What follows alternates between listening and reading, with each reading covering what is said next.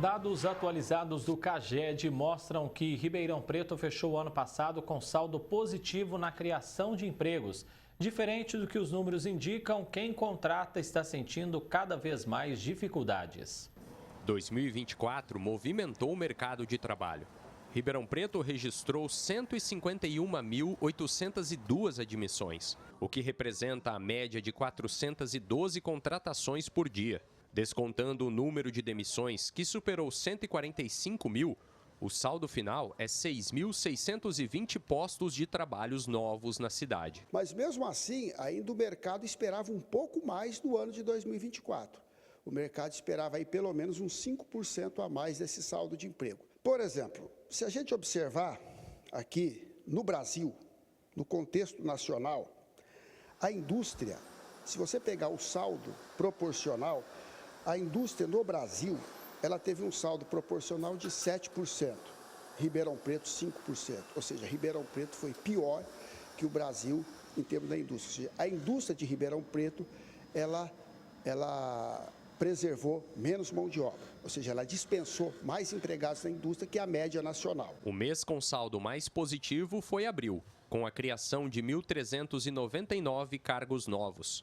Mas a má notícia é que o ano termina com dezembro registrando saldo negativo de menos 2.784 vagas. É fácil de notar que Ribeirão Preto expandiu seu território em todas as regiões. São tantas casas, prédios e condomínios novos que dificilmente você anda pela cidade sem se deparar com um canteiro de obras.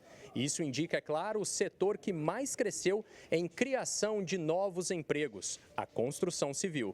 Essa área teve saldo de 432 empregos criados, um aumento de 700% com relação a 2023, que anotou apenas 53 postos novos. Vale destacar que a construção civil tem uma rotatividade muito grande. No ano todo, mais de 11.100 contratações aconteceram, enquanto 10.700 demissões foram registradas. Quem faz o recrutamento explica melhor. É uma característica da construção civil como um todo. A mão de obra é muito especializada em cada atividade que acontece dentro do canteiro e conforme essas atividades vão finalizando especificamente desse canteiro, ela vai se repassando a novos canteiros, novas obras que vão iniciando e terminando, e fica esse ciclo dessa mão de obra sendo contratada, às vezes demitida ou transferida entre canteiros. Mas não que ela é perdida, ela fica permeando dentro do ciclo da construção civil. E a gente acaba encontrando essa mão de obra novamente, até mesmo em outros empreiteiros, mas a gente acaba encontrando aquelas carinhas que a gente já conhece sempre nos canteiros, aquele que se destaca mais na produção, a gente acaba reconhecendo eles nos canteiros. Em cada obra a gente pode falar que tem cerca de um efetivo de 500, 800, e aí rodam por todas as nossas obras, então eu acredito que um número bem elevado chegue numa casa até de 10.000 profissionais passando por todas as nossas obras. O principal desafio dos últimos anos tem sido a falta de mão de obra jovem, especializada ou não. A construção civil ela compete com outras áreas outras oportunidades de emprego que atraem um pouco mais o jovem, que não tinham antigamente. Então hoje a gente vê mão de obra um pouco mais de idade nos canteiros, não que a gente não tenha jovens, a gente oferece emprego para todos que querem se desenvolver, a gente quer desenvolver profissionais dentro do canteiro, a gente precisa disso, mas hoje a gente concorre com outras áreas que não tínhamos antes, que é o delivery, o próprio Uber, né, que faz a questão de transporte por veículos, que é muito fácil o acesso e o início de trabalho dessa mão de obra, né? E se o mercado se abre para os mais velhos, tem gente que sabe aproveitar muito bem. O João tem 47 anos, 30 deles como pedreiro e há 13 trabalha em Ribeirão. Bastante oportunidade, a obra tem muito empreendimento saindo, né? Você vê que hoje em dia tem muito terreno aí fazendo fundação, construção, construtoras fazendo empreendimento, pessoal comprando e só tem a crescer, né? Mas é 10 anos o Brasil crescendo obra, 10 anos em infraestrutura. Esses 10 anos nós estamos nele crescendo. Apesar que ainda tem uma resistência de alguns recrutadores, de algumas empresas, mas hoje é uma alternativa para as empresas na questão de mão de obra. Não que o jovem não queira trabalhar, mas o jovem, ele tem uma responsabilidade menor. Por exemplo, você pega hoje, quando a gente faz o teste experimenta contratar pessoas com mais idade, acima dos 50, acima dos 60 anos, são pessoas que já têm conta para pagar, têm um aluguel, têm uma despesa, têm escola de filho para pagar.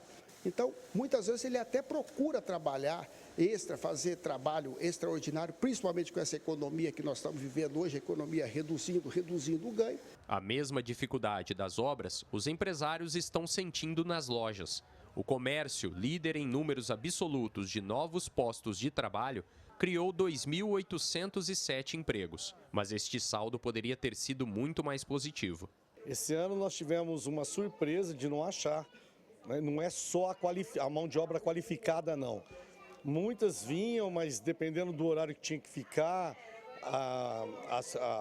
as condições eles não ficavam, tá?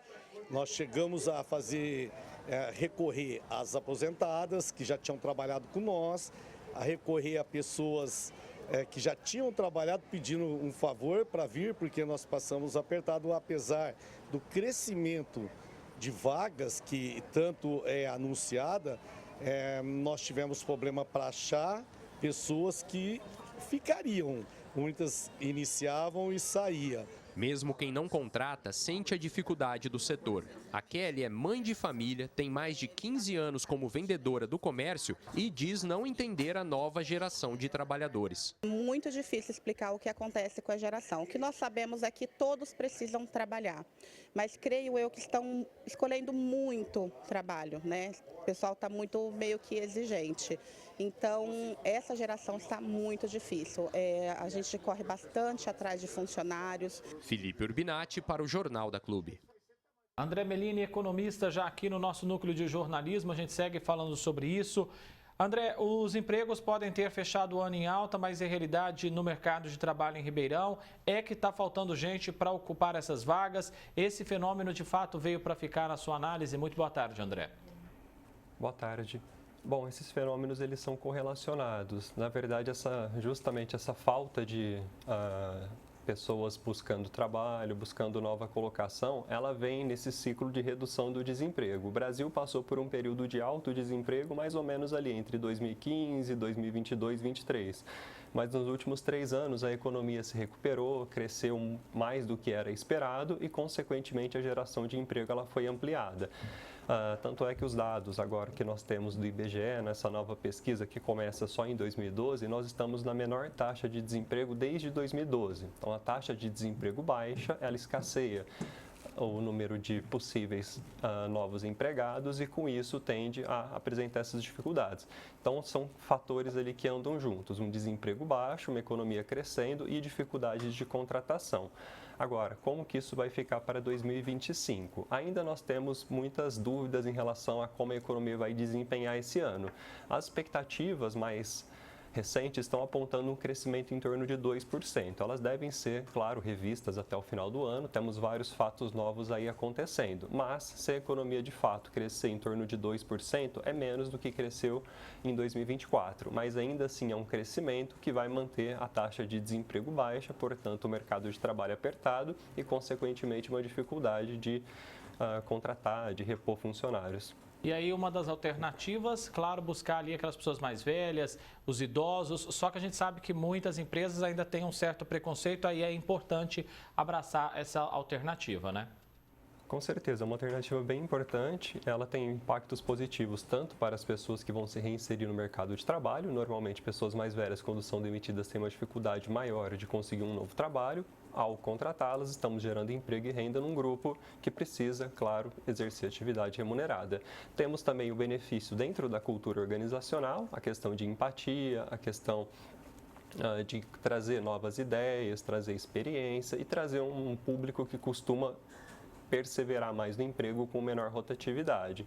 E também, pelo lado das empresas, nós temos claramente essa dificuldade de contratar pessoas mais jovens, então recorrer às pessoas mais velhas se torna uma alternativa viável nesse cenário.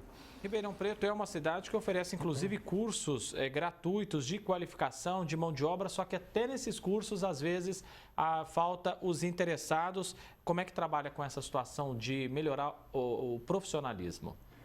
De fato, nós estamos encontrando dificuldade de compatibilizar as demandas, o que os jovens estão buscando em termos de qualificação e mercado de trabalho com as vagas que estão sendo oferecidas. Esse é um problema que vem acontecendo mesmo. Vários cursos que não têm muita relação com o mercado de trabalho atraem alunos e setores demandados pelas empresas acabam ficando, como foi apontado, sem o número mínimo para viabilizar o seu funcionamento.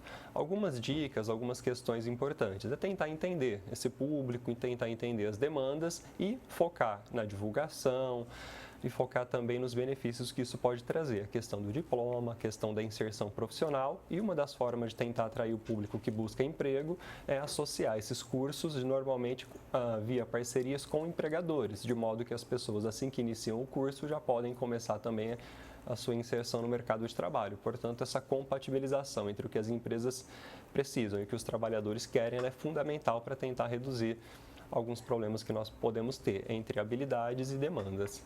Economista André Melini, agradeço muito a sua presença mais uma vez aqui com a gente. Até mais, André.